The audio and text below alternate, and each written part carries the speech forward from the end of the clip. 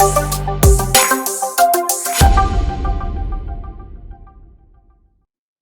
right. Well, hey, everybody. Welcome back. I'm Scott. This is my good friend Nathan. And today we are wrapping up Dare to Lead by There. Oh, it's disappearing. Oh, no. That's a sign. This Mine is might the last disappear too, one. unless I'm being sneaky. Oh, there you go.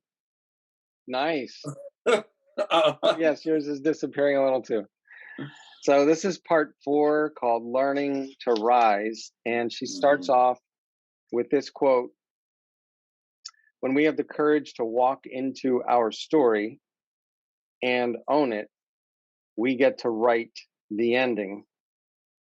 And then she says, and when we don't own our stories of failure, setbacks, and hurt, they own us. And Nathan, when I read this, I could not help but think, from a woman who's been through some level of recovery experience in the past, of what we talk about in recovery called a personal moral inventory.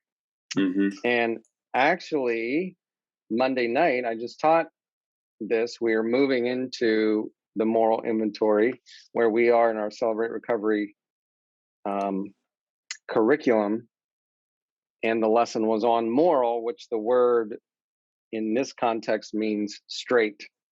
So personal moral inventory would be telling the straight truth about ourselves, who we are, what we've been through, what we've done, what we've experienced, what people have done to us. And so this chapter really resonated a lot with me. How about you? What stood out to you?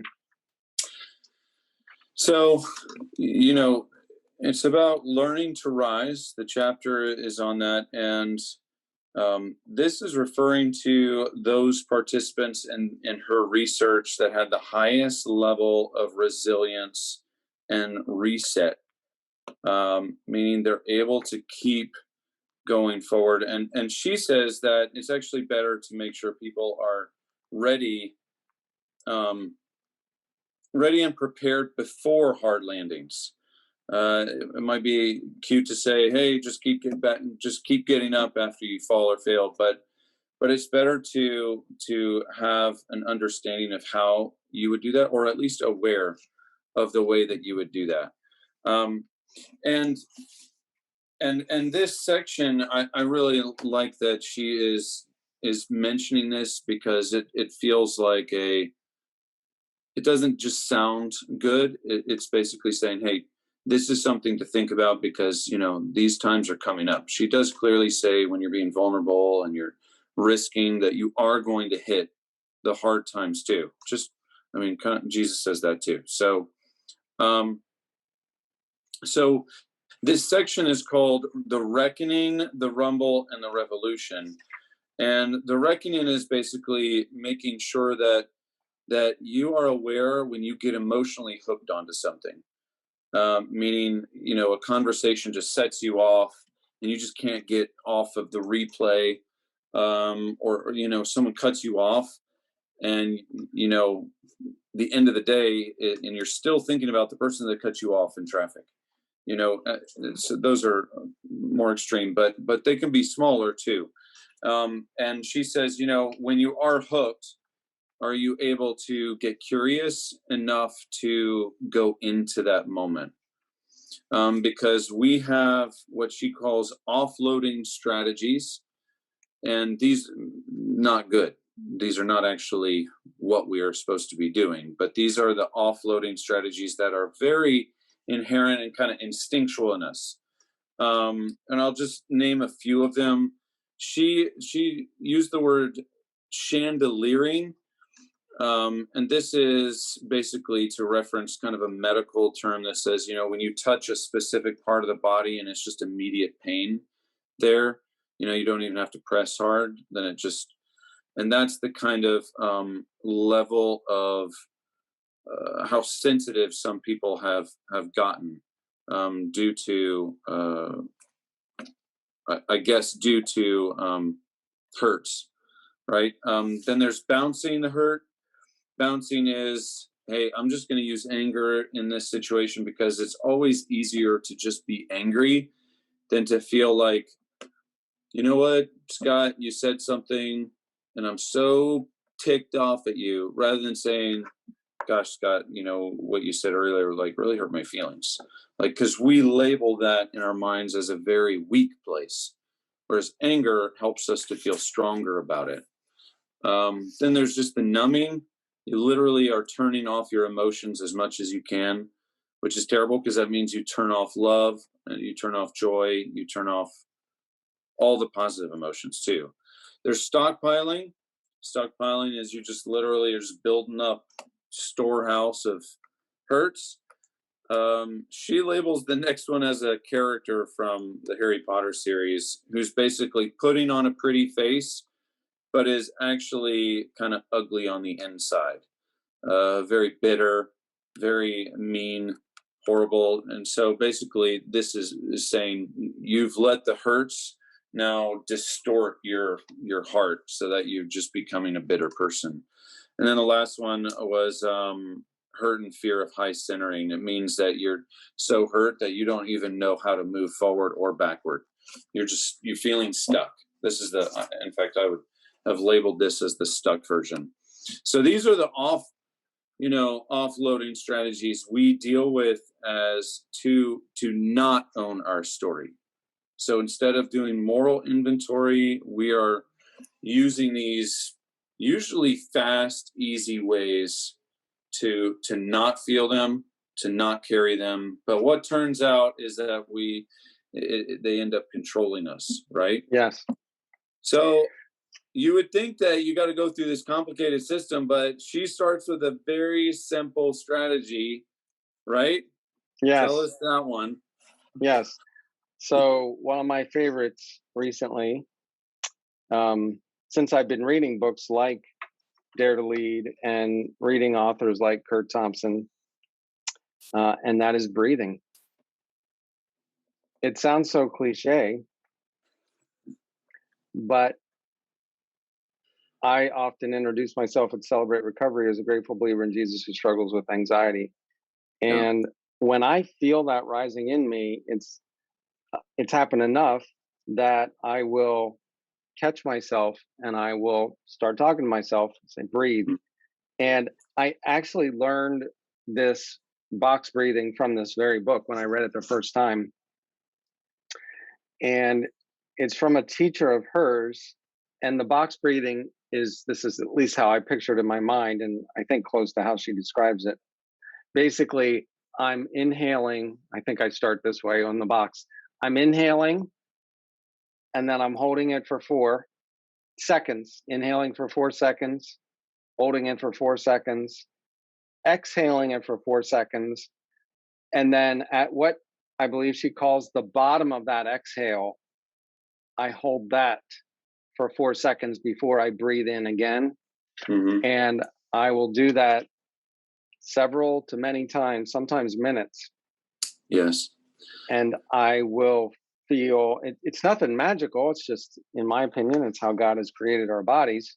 We're getting more oxygen. Absolutely. We're slowing ourselves down. Mm-hmm. I think neurologically we are effectively inviting the grand central station of our brain, our prefrontal cortex. We're inviting it to come back online after maybe it's gone offline. And so I can't express breathing enough, because as you begin to write your own personal moral inventory, you will feel, and your anxiety, as you think of significant events in your life, you will feel these emotions. Right. I remember a time that I had this kind of PTSD of traveling due to some series of traumatic experiences from traveling. And, to overcome that, to keep traveling is just a matter of breathing.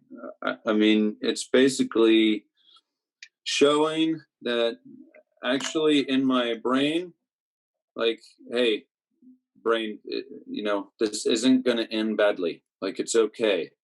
Like the breathing means that everything is normal, that I am in fact relaxed. It's an amazing uh, God-given ability to use something like our breath. I use it in the car, in the office, at home. I mean, there's plenty of places that I'll use it. Just the purposeful, intentional, slow breathing. Yeah. Another strategy that I should say it's not a strategy necessarily, but a result of writing our story, of breathing, is it gives us, I think it puts me in a better position to put words to what I'm feeling. And again, from what I've read, I'm not a neurologist by a long shot, but I enjoy reading about it. Apparently, it's been determined that when we can put words to what we are feeling, which reminds me of our book, The Other Half of Church, the right side of the brain, the left side of the brain. When we put words to what we're feeling, we will experience a greater level of emotional and mental health. And so slowing down, breathing, writing our stories, putting words to what we're feeling. I just met with a guy yesterday who is making great strides forward in his hurts, habits, and hangups. And he's journaling. He's writing things down, what he's feeling, what he's thinking. And man, he's making progress. I'm not making that up. He's making excellent progress. He's doing a lot of other things too. Counselor, um, going to recovery groups. He has a sponsor. He is talking openly and honestly. He's reliving his stories, processing it, and he's making steps forward in his sobriety. So these things really do work. Yeah. Because if we're not serious about these things, in the absence of data, we will always make up stories, which usually are the negative, right? And she says the first story we make up is what we call the SFD. Now, we won't say on the video how she describes the SFD, but she says for the kid version, it's stormy first draft. As you can imagine, the adult version is a different S word, which is a crappy first draft. I would call it, but I love that she labeled it as this acronym SFD, which I could immediately relate to personally because, what story is your brain telling yourself right now, and if you're not sure, then it's usually the negative, because I think the positive ones are probably the ones that are on purpose, the intentional stories that we're telling ourselves. Yeah, absolutely. Yeah. And she encourages us to practice. By the way, she tells a very funny story. What's it called? The ham fold over story? Yeah. Think ham. I can't say enough. Pick up this book, read it. She's an excellent writer, very funny, very down to earth. But she tells this story, and that's where she introduces us to the stormy first draft, or the story I'm telling myself. And so she gives examples of if something's going on with her husband, if something's going on with a coworker, she will say, listen, this is the story I'm telling myself. Yeah. I heard you do this, and then I reacted this way, and this is what I'm thinking about that interaction, that you hate my guts and never want to see me again. And now, it helps to kind of exaggerate it some, just to make sure you're getting the point. Like, you hate my guts, like, because that is how we often internalize things. Yes.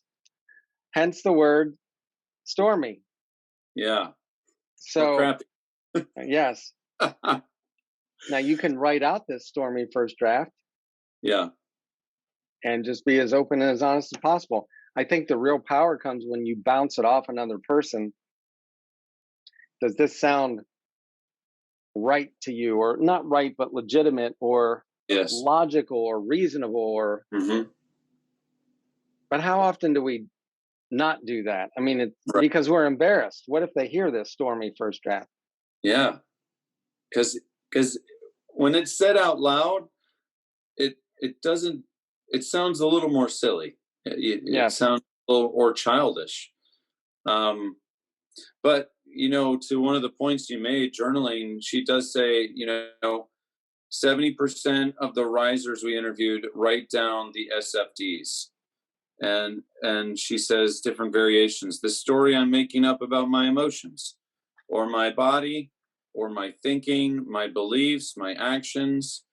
Um, so journaling is powerful because it is getting out of our heads and onto the paper so we can see it and react to what we're seeing rather than just letting it be stuck up there, which is really powerful.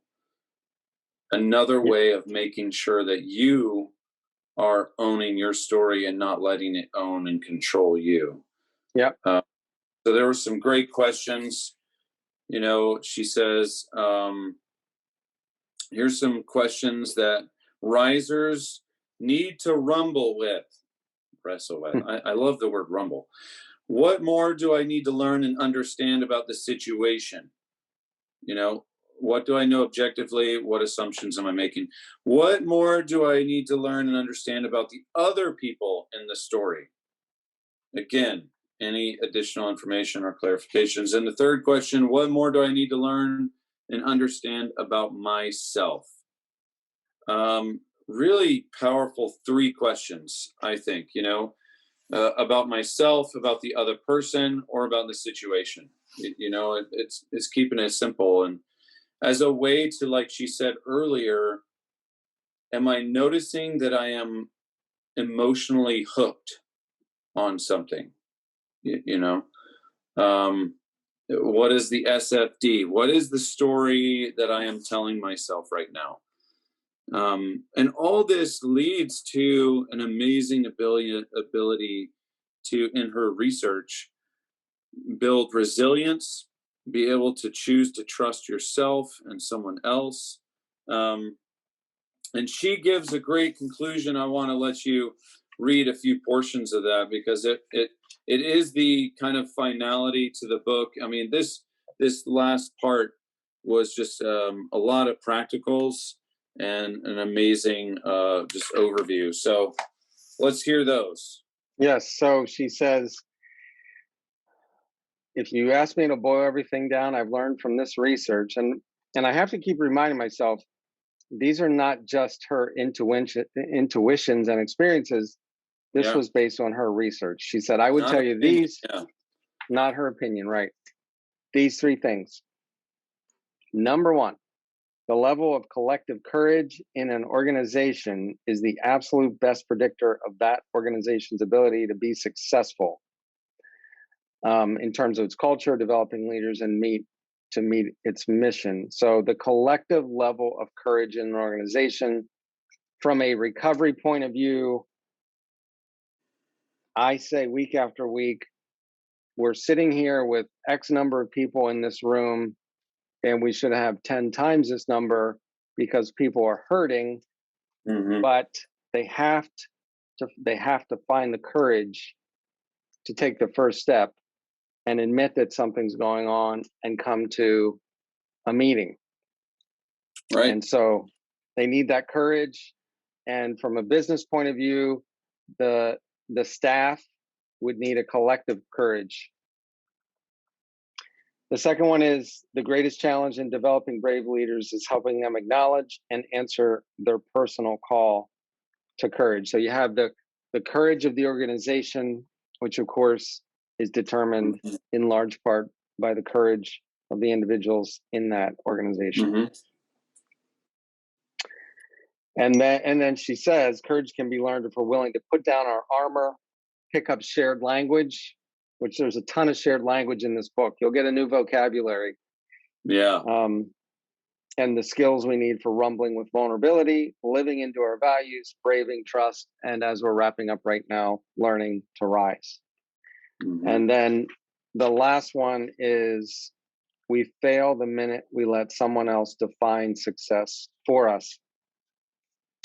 And I'm definitely guilty of that, letting others define success for me. As I've shared, I'm a grateful believer who struggles with pleasing people. And